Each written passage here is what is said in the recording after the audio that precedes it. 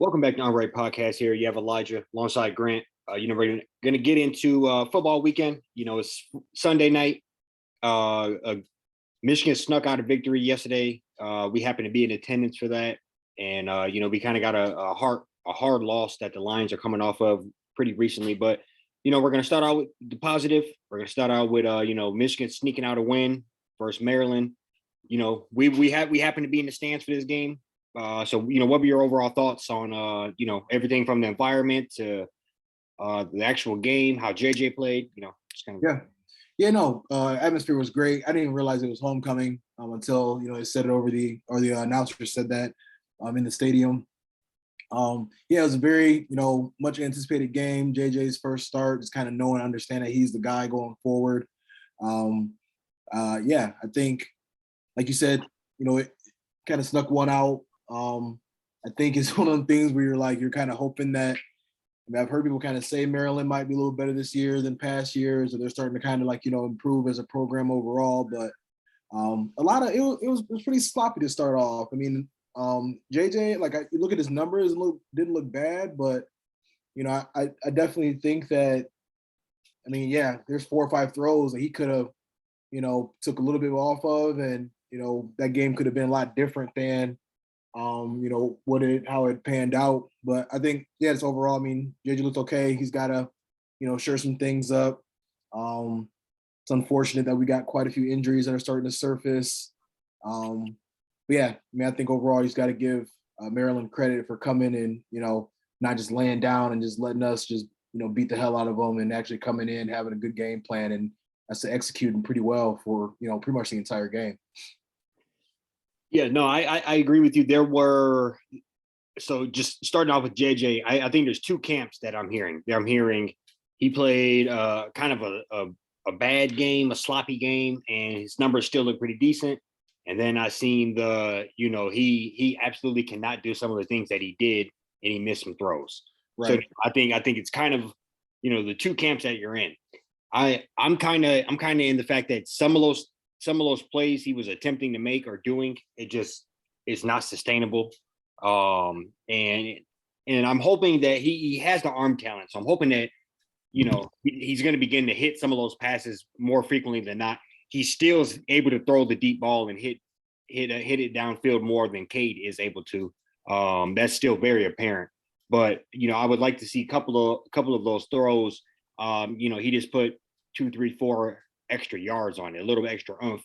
And, that's the difference. You're not going to be able to have all those extra tries for some teams coming up here. So you got to really capitalize when you have those opportunities. But outside of that, the defensive line seemed to be disappeared. I understand you were playing against a very mobile quarterback, a guy that's agile back there. Also kind of a smaller guy, able to duck and maneuver under certain situations. But I would have liked to see, I don't think we got any sacks. I would have liked to see us get back there more consistently, and kind of, I don't want to steal what you were talking about while there, but just maybe we should hone in on having some of these guys out there a little more so they can get a little more of a rhythm while they're out there, instead of plucking them and seem to be kind of like a deer in headlights throughout the game. No, I think I thought that was just very, very interesting. I mean, I feel like, after a while, like Mike Moore started getting into a good rhythm and making some plays. We talked about it quite a bit, how, I mean, we're not going to make an excuse for the D-line, but it is a challenge to kind of play that type of player. Little guy, I mean, he's like 5'10", 5'11", just kind of jumping in and out of the pocket anytime it started to collapse, and just was really good with, getting away from people. But I did find it pretty strange that they were just, they were switching guys out. I get it, maybe it's, kind of keep guys fresh since they're running that spread offense and, running a play, basically getting up there within 20 seconds and running another one. But I mean, I don't know. I think this is I feel like you do conditioning all summer to be able to kind of endure, being out there. So I don't, I know sometimes Harbaugh just kind of has these things he does, just where it's just seems a little bizarre, but I feel like, he has a plan behind it. It just looked like to me, they're just trying to give everybody a chance and just try to, maybe figure out, who's playing better than who, rather than, letting some guys in there for a good period of time, which is kind of I'd say a little makes me a little nervous. It just shows that nobody's really stepping up and being that guy. We're just, like there's they ran the ball decently well. Talia Tagovailoa had quite a bit of time, most of the game to kind of do whatever he wanted to, do what he needed to. So that's just something that I hope we just plan to improve on sooner rather than later. And I agree with the guy that was sitting in front of us, Iobi, the transfer from Bama. Mhm. Like at first, I'm like, maybe he's not playing, probably not playing because he got there in August. But like, I think he has some pretty productive plays that stuck out to me pretty well. So I think they need to like even look at him and try and get him more involved and get in that rotation more often too. Yeah, no, I agree. I'm hoping the defensive line works itself out. I think they just a few other plays go a little right, and we're having a different conversation about them. They just didn't get there in time, or he got out of it, spun out of it. So you really got to be able to get them down a couple times just to disrupt their offense. But Right. outside of that, Blake Corum was phenomenal. Yep. He's showing he's really one of the best backs, not obviously in the Big 10, but within the country. Some of those plays he was able to make, the quick cuts, he's shifty, agile. He had over 225, 230 rushing yards. Yeah. Couple of 243. touchdowns, coming off of 5 touchdowns last week. I think he's really starting to carve out himself as one of the best backs, and just seeing it live, he is very, very shifty. He, a couple of those plays, right when we hurried up and went for it on 4th down, and he just saved, one little cut, boom, to the crib. Yeah. I felt like I looked up, and before I knew it, he had 150, 160 yards, and it really didn't seem like it while sitting in the stands, at least. Right. That's how just productive he was, play in and play out.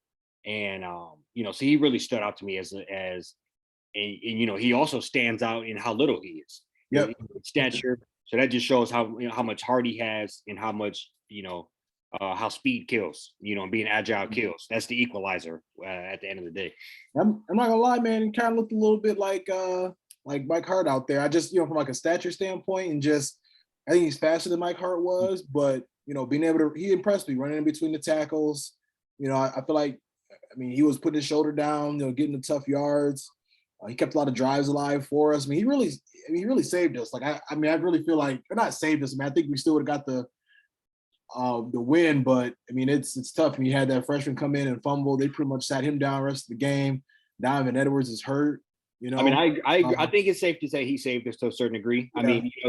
He calmed it down when when JJ was doing horrendous things running around. He's the guy that 30 carries.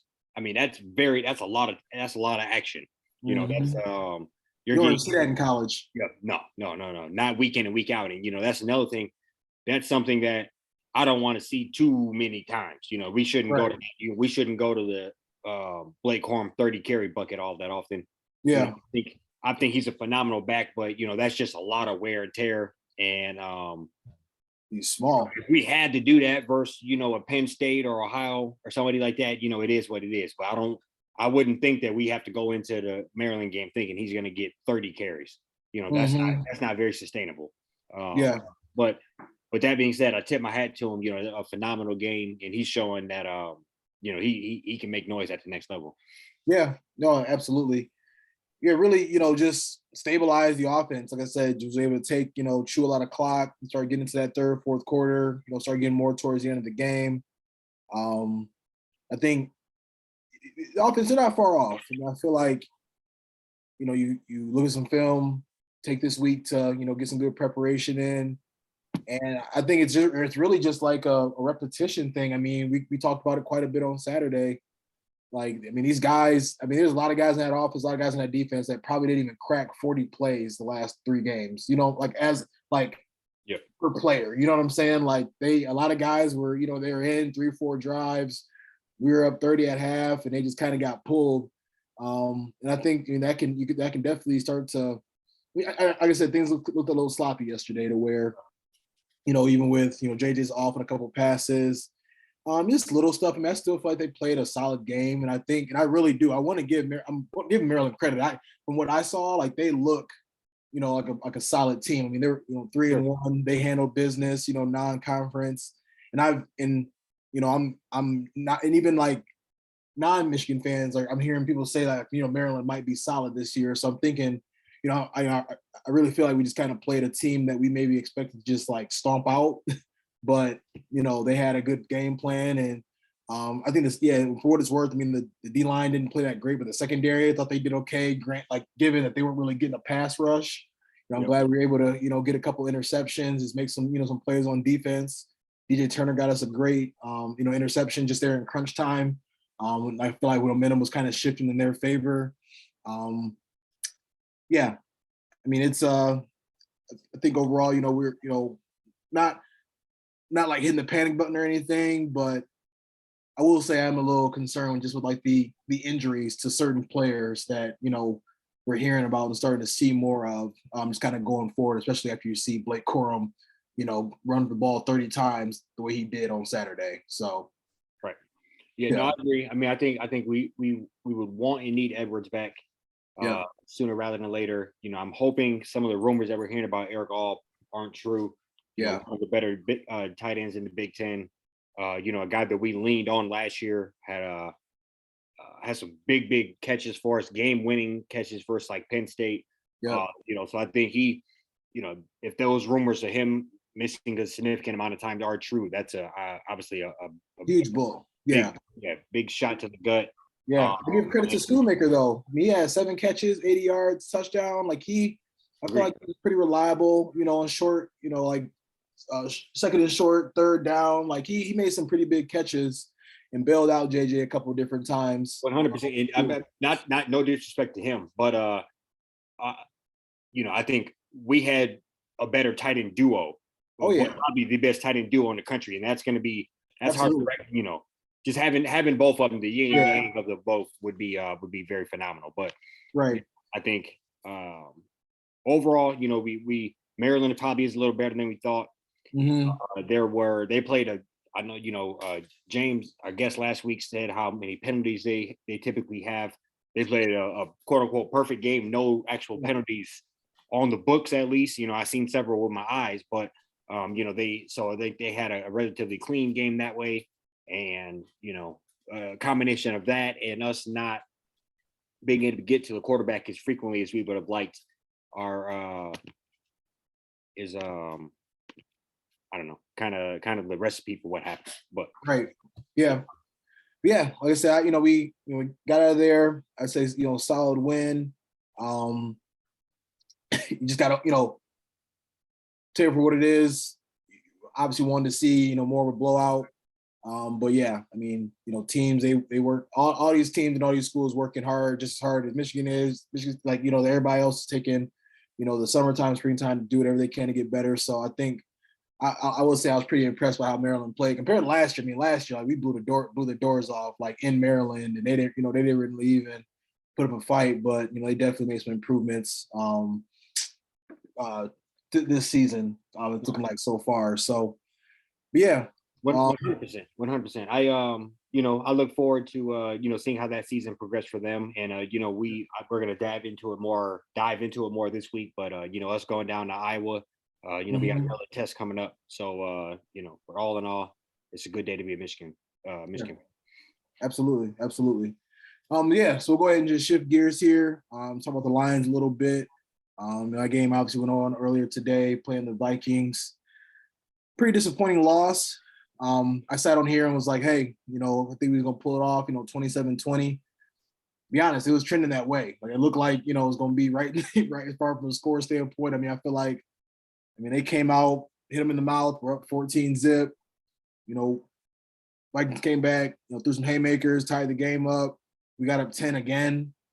I did like, how we were being pretty aggressive on offense and such, but just got to read the room. I feel, or I don't know that's the correct term, but just like I just had a problem with. We talked about before we hopped on the 4th and 1 play.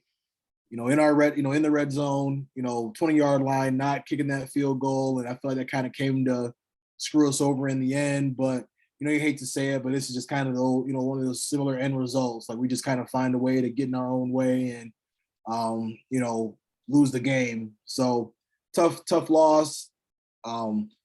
Good takeaways, but I know you and I talk quite a bit about how as Lions fans, we're not really interested in moral victories at this point anymore because we're tired of seeing the same product week in and week out. Yeah. No, I think I agree. And just looking, I mean, it came out the gates hot, like you said. Yeah. They look good. One thing I will say about this team is they do look like they can run the ball.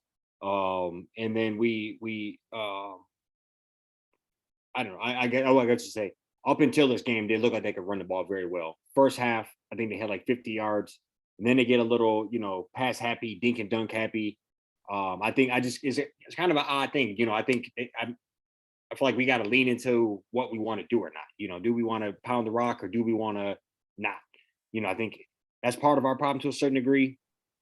Also, I think we go for it a lot on fourth down. I think there was a couple of times early where I said, I don't know if I would have did this, and we got it.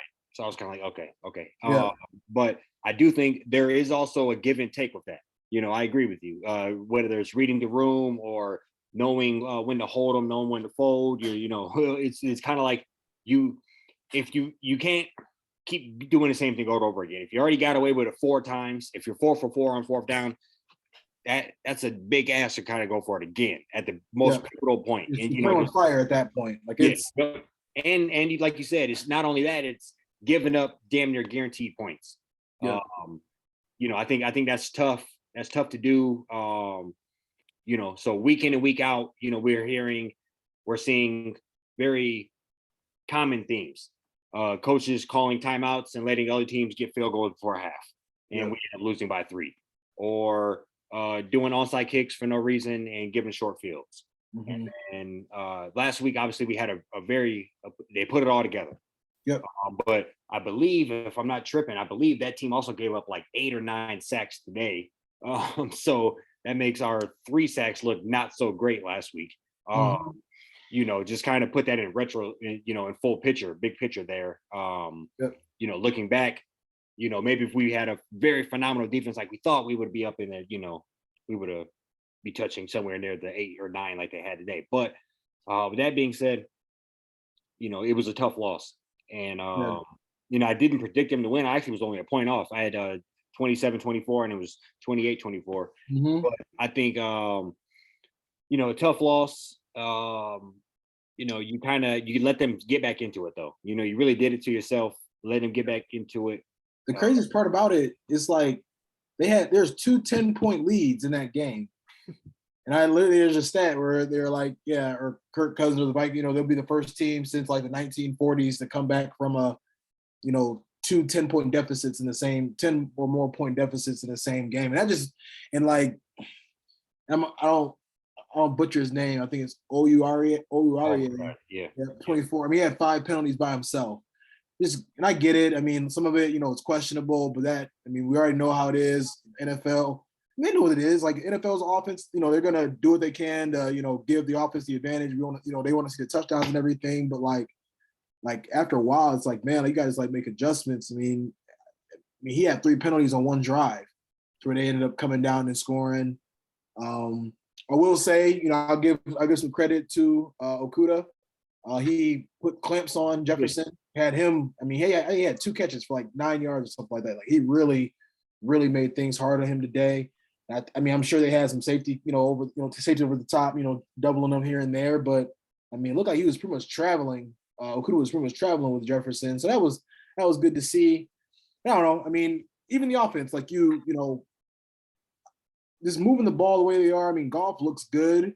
It's just it'd be those little things. It literally, and that's how football. Like that's what's so great about football. That's what can be so bad about football. It's like 2-3 plays will change the entire outcome of a game, and that's all it takes. Like whether it's a missed block, drop pass, going forward on 4th and 1, not getting it. When you had a 30-yard field goal, you probably should have kicked instead. I mean, it literally comes down to those small things, game to game. But yeah, like I said, I won't sit here and say I'm tired of moral victories. I'm sure NFL media all this week will say, oh, they're just playing so hard, playing so tough, and it'll be interesting to see where things unfold. I'm not, obviously gonna be optimistic that they, play better and get a dub next week. But I mean, this is one of those that it's just like gut wrenching. This is one of those that like it'll screw you over end of the year when, if they are playing well and have a chance to make the playoffs, but they didn't handle business week 3. And like I'm getting a little ahead of myself here, but I mean, you're in complete control of that game and just let it slip away. Like I mean, that was a, like you said, horrible loss. I mean, there's no other any other way to put it. Yeah, no, I mean, like we just to reiterate and tie it into last week or last episode, we said that we don't want to call it a a key game or a very important game of week 3, but it was when it comes down to it. When you look at the lay of the land as far as the schedule goes, division opponent, the momentum, you kind of you lost a lot of wind out of your sails by losing this. You get out to that 14-point lead, you cruise, you end up getting away, sneaking away. Even if it's like a last, you just won, by a point, couple points, whatever. That's at least a victory you can hang your hat on. Now you had it and you fumbled it away. But to self errors, which is something that you said you claim that you're not going to be doing. Mm-hmm. That's something that you guys vowed to get rid of. And you brought up the penalties. And I think he got shook out of his shoes to one time as well, right on the sideline. I just think he got picked on. I think he just came off injury too, so that might, they kind of, and they knew that a little, probably still getting back into game mode, but still, man, it's like if that's the case, get somebody else out there to, I mean, I have Joseph, the Illinois kid. Yep. I mean, it's worth a shot at that point. They're literally going out there and picking on him, singling him out. And just there's a couple times where he was showing him and he was kind of hanging his head. It seemed kind of like he was getting to him a little bit. And 5 penalties in a game is, that's gonna get to anybody's psyche. That's so. But overall, I think a very tough loss. I ain't gonna lie. I was full blown drinking the juice when we was up 14-0. We was looking good. We was rolling. Their offense looked kind of shaken, looked real bad. We was just getting the ball and going for it. I was kind of riding high for a hot minute here, and then for that to become full circle, and it's kind of just like damn, and it comes down to much of the same. Whether it's a coaching errors or just last minute. Detail type things with the players, and it's kind of I don't know, it's tough. I think there's a couple of they're gonna have to make some real tough decisions, as far as Swift and Hawkinson and all of these guys that are supposed to be key guys for the squad. It just makes you wonder in a game like this. Yeah, and I'll say too, man, one thing that was kind of tough to see, and I remember, I think we know what it is with Swift. He's got some pretty steep injury issues, and I don't think he's played a full game his the last couple of years, his first 2 years in the league. I mean, he's out there on like one leg, and I think it's tough because you got like, and if you're hurt, there's a difference between hurt and injured, right? And I think he has like Deuce Staley in his ear telling him like, you got to like work through and play through some of these injuries and stuff. My man's out there on one leg running around. You got, I mean, I don't know. That's just kind of interesting to see too, because we got to like make sure these guys are going to be here, be around to have the season we want them to have. And seeing Reynolds limping off like that's what even makes it even tougher when you don't win games like this. Guys start getting hurt. Now you got to get back on a plane and fly back home all banged up and everything, and then you lost the game. Like you had nothing really hang your hat on. So we'll see. They got the Seahawks next week. We'll dive in, with that a little bit, later on this week. Just kind of talk about, what our thoughts are when it comes to that game. But yeah, I mean, being up 24-14, I think with 8 or 9 minutes left in the fourth, pretty much in complete control, made some bad decisions on on a fourth down, some little bit of questionable play calling here and there. And, now you're just looking like the Lions of old. So it's unfortunate for sure. 100%. Yeah, no, 100%. I'm just looking it up, and I don't think ESPN has updated it yet, but according to this, Hawkinson has 7 catches for 64 yards this season. But just in general, I mean, I agree with you a lot of things you said. Swift is obviously good when he's healthy, good when he's out there. It's just tough to see, tough breaks. But it seems to always happen to us. That's kind of seemed today, Yeah. But no, I'm not gonna harper too much. I'm hoping they can kind of get back on the right track. I don't want the wheels to fall off of it, and I feel like that could happen. Um, Yeah, I agree. I mean, you said now he's got to kind of. They got Seattle at home. Yep. Seattle they just lost a tough one. We're just watching that one. They lost on a last minute interception. Now it's one of the things where, yeah, hopefully they can just we can make some adjustments, and Seattle gonna be tough. With or without Russell Wilson, they've been playing pretty tough to start the season off and stuff too. So 100%. So yeah, it could get you. It's not a guarantee. That's for sure. Right. Yeah. So yeah, we'll see what happens. But yeah, once again, it was a tough watching that one slip away the way that it did today. Yes, sir. You got anything else for the people? That's all, man. Like I said, we'll be back, later on this week to talk about Michigan and Iowa and Seattle and Detroit. Yeah, so we'll be back with y'all later on. Good deal. Peace.